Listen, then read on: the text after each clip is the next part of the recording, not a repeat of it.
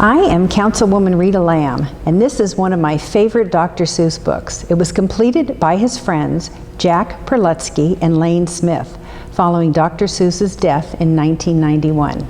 The story is written in celebration of individuality and creative thinking, and it's entitled Hooray for Diffendoofer Day. I've always lived in Dinkerville. My friends all live here too. We go to Diffendoofer school. We're happy that we do. Our school is at the corner of Dinkzuber and Dinkzot. It looks like any other school, but we suspect it's not. I think we're learning lots of things not taught at other schools. Our teachers are remarkable. They make up their own rules. Miss Bobble teaches listening. Miss Wobble teaches smelling. Miss Fribble teaches laughing. And Miss Quibble teaches yelling. Miss Twinning teaches tying knots and neckerchiefs and noodles, and how to tell chrysanthemums from miniature poodles. Miss Vining teaches all the ways a pigeon may be peppered, and how to put a saddle on a lizard or a leopard. My teacher is Miss Bonkers. She's as bouncy as a flea. I'm not certain what she teaches, but I'm glad she teaches me. Look, look, she chirps. I'll show you how to tell a cactus from a cow. And then I shall instruct you why a hippo cannot hope to fly. She even teaches frogs to dance and pigs to put on underpants. One day she taught a duck to sing. Miss Bonkers teaches everything.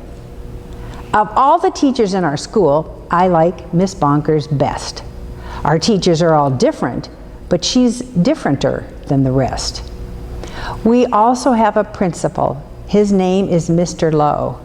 He is the very saddest man that any of us know. He mumbles, "Are they learning this and that and such and such?" His face is wrinkled as a prune from worrying so much. He breaks a lot of pencil points from pushing down too hard, and many dogs start barking as he mopes around the yard. We think he wears false eyebrows. In fact, we're sure it's so. We heard he takes them off at night.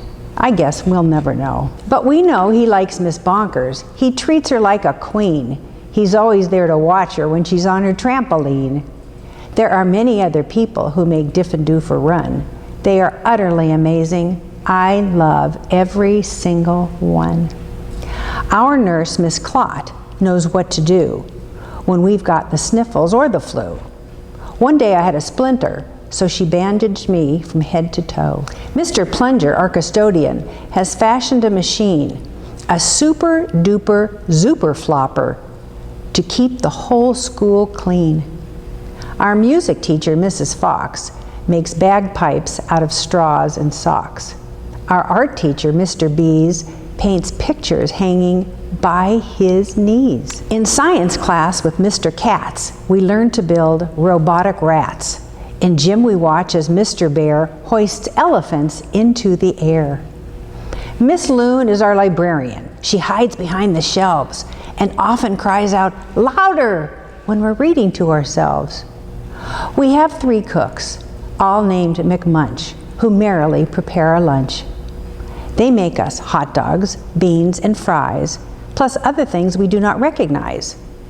And as they cook, they sing their song, not too short and not too long.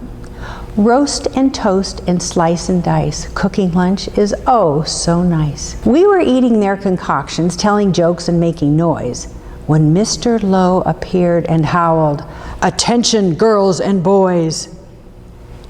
He began to fuss and fidget, scratch and mutter, sneeze and cough. He shook his head so hard, we thought his eyebrows would come off. He wrung his hands, he cleared his throat. He shed a single tear, then sobbed, "I've something to announce, and that is why I'm here."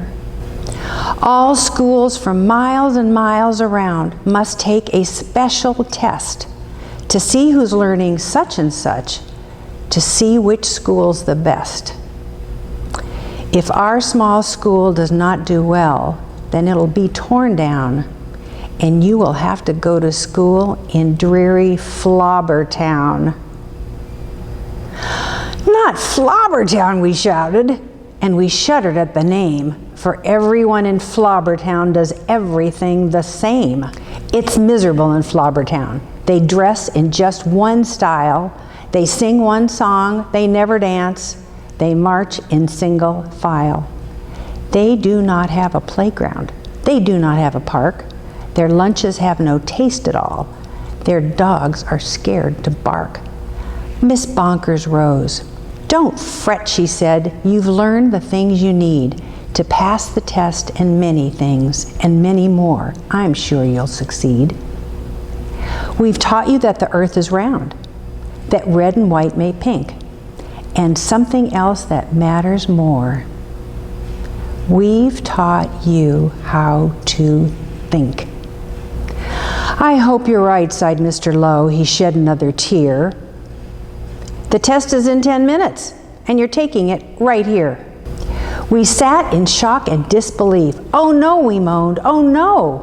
We were even more unhappy than unhappy Mr. Lowe. But then the test was handed out. "Yahoo!" we yelled, "Yahoo!" For it was filled with all the things that we all knew we knew. There were questions about noodles, about poodles, frogs, and yelling, and listening and laughing, and chrysanthemums and smelling. There were questions about other things we've never seen or heard, and yet somehow we answered them, enjoying every word. 1 week later, after recess, Mr. Lowe meandered in. We'd never seen him smile before, but now he wore a grin. He soon began to giggle, then his giggle grew by half, and then it really happened. Mr. Lowe began to laugh. "You've saved our school, you've saved our school," he jubilantly roared. We got the very highest score. He wrote it on the board. Miss Bonkers did some cartwheels till her face turned cherry red. She bounded up to Mr. Lowe and kissed him on the head. "Hooray, hooray," she shouted. "I'm so proud I cannot speak." She did another cartwheel, and she pecked him on the cheek. "Ahem, coughed Mr. Lowe. "You all deserve a bow. I thus declare a holiday. It starts exactly now. Because you've done so splendidly in every sort of way, this day forever shall be known as Diffendoofer Day. And furthermore, I promise I won't ever wear a frown, for now I know we'll never go to dreary Flobbertown." Then we held a celebration. There was pizza, milk, and cake. Like everyone, I ate too much and got a bellyache. We laughed and whooped and hollered the entire school day long.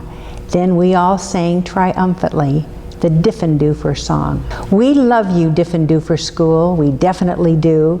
There surely is no other school that's anything like you. You're gribulous, you're grobulous, each day we love you more. You are the school we treasure and unceasingly adore. Oh, finest school in Dinkerville, the only one as well. We love you, Diffendoofer School, more than anyone can tell. It gives us joy to say 3 cheers for Diffendoofer School. Hooray, hooray, hooray." The end. I hope you enjoyed listening to this great story as much as I did reading it. This is Councilwoman Rita Lamb, and until next time, be safe and happy reading.